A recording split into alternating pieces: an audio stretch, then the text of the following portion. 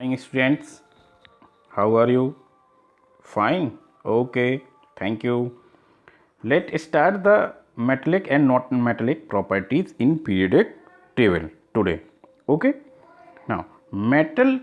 First of all, we know about the metals.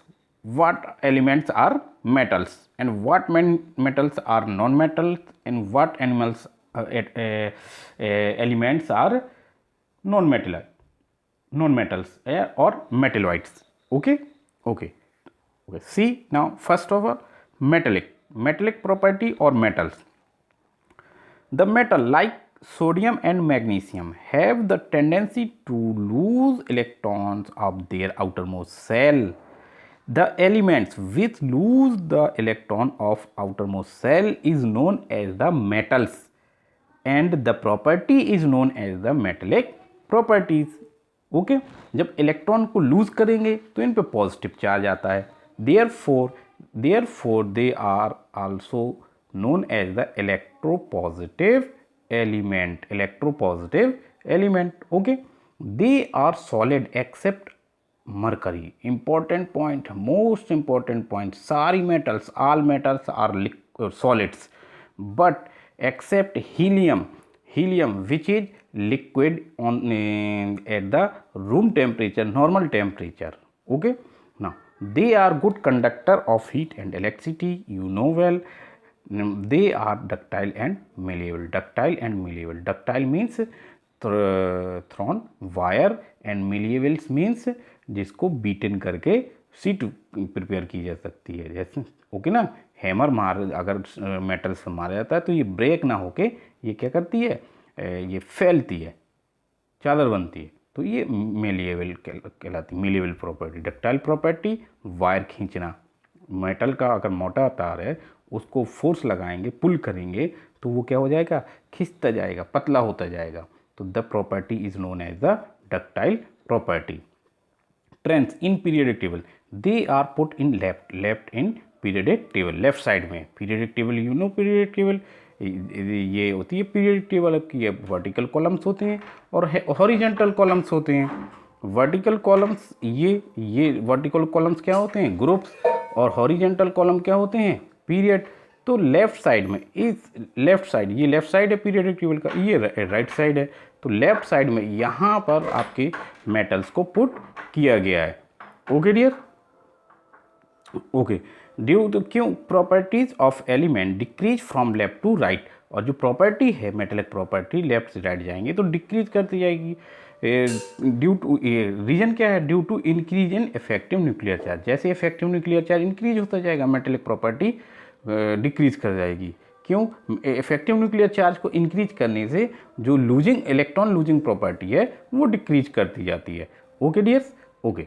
Now therefore tendency of lose of electron of valency cell is decrease. ये बताइए important points है, as such reasoning questions में put होगा आपका और या MCQ में put होगा. Okay dear, okay. Now in group the metallic properties of element increase from top to bottom. अगर ग्रुप में बात करें, ग्रुप क्या है, ये वर्टिकल कॉलम, अगर इसमें टॉप से बॉटम की तरफ जाएंगे तो मेटेलिक प्रॉपर्टी इंक्रीज होगी due to decrease in effective nuclear charge. Effective nuclear charge decrease होने के कारण, कम होने के कारण the tendency to lose electron of valency shells increases. Okay dear, तो ये इंपॉर्टेंट पॉइंट्स हैं, इसको आप नोट करेंगे. Okay. non-metallic property, the non-metals like sulfur, chlorine have tendency to accept electron, therefore they are electronegative. Electron accept करते हैं तो इन पर नेगेटिव चार्ज आएगा, therefore they are electronegative elements. Okay dear, they are non conductor except graphite. Most important graphite एक ऐसी non metal है जो कार्बन का एलोट्रॉफ होता है. ग्रेफाइट क्या होता है, कार्बन का एलोट्रॉफ होता है. It is insulator, it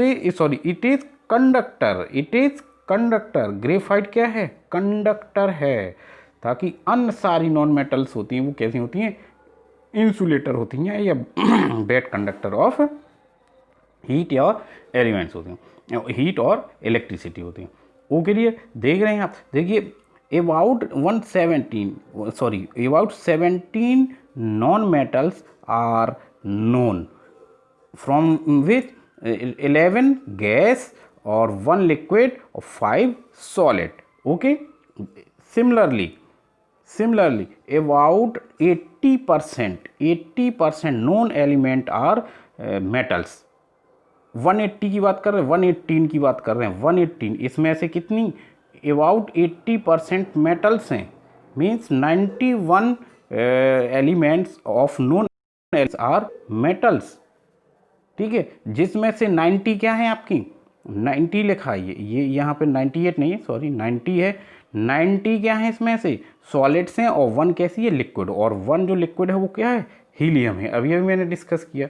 okay dear, तो 118 में से 91 क्या है आपकी मेटल्स हैं और 17 क्या है आपकी नॉन मेटल हैं।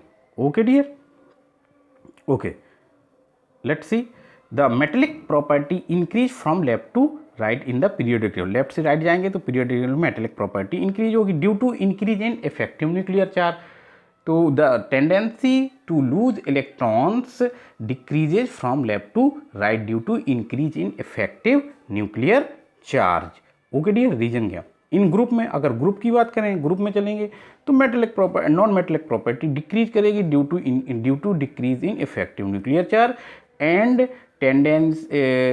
tendency to lose electrons of outermost cell increases, okay, due to decrease in effective nuclear charge.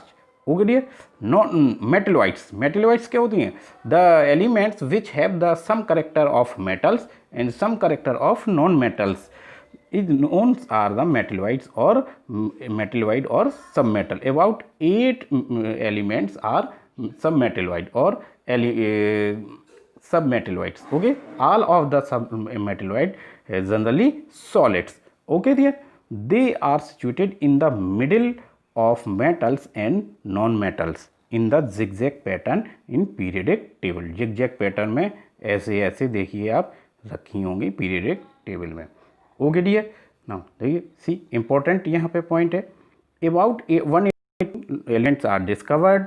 IUPAC ने 118, वैसे तो 130 के आसपास एलिमेंट्स की डिस्कवरी हो चुकी है, 130 कितनी हो चुकी है, 130, बट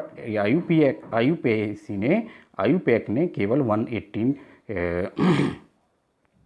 एलिमेंट्स को ही रिकमेंड किया है अब तक। तो जिस 118 में से 91 मेटल्स हैं, 17 नॉन मेटल्स हैं एंड 8 मेटेलॉइड हैं, 2 अननोन हैं। Okay dear, okay, thank you, have a nice day.